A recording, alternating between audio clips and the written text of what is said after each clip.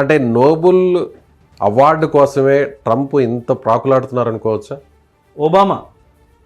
ఒబామాకు కూడా మనం Nobel peace prize ఇచ్చాం.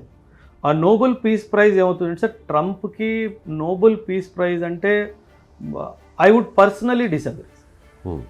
ఎందుకు ఐ వుడ్ పర్సనలీ డిసగ్రీ అంటున్నానంటే, ఇజ్రాయెల్ ప్యాలెస్టీన్ గొడవలో హమాస్కి మొత్తం సపోర్ట్ చేసింది అమెరికా. ఎస్, వెపన్స్ ఇచ్చి, ఎక్విప్మెంట్ ఇచ్చి, ఆ టనల్స్ తవ్వి అన్నీ చేసింది అమెరికా. సార్, అమెరికన్ ఏ ప్రెసిడెంట్ అయినా సరే నోబెల్ ప్రైజ్కి అర్హతుడు మాత్రం కాదు sir. Any president for that matter. Because మీరు సౌత్ కొరియన్ క్యాంపెయిన్ చూసుకోండి, వియత్నాం క్యాంపెయిన్ చూసుకోండి, ఆఫ్ఘనిస్తాన్ క్యాంపెయిన్ చూసుకోండి, Greece, Turkey, Cuban missile crisis ఏదైనా తీసుకోండి సార్, అమెరికా ఎప్పుడు పీస్ కోరుకోలేదు సార్.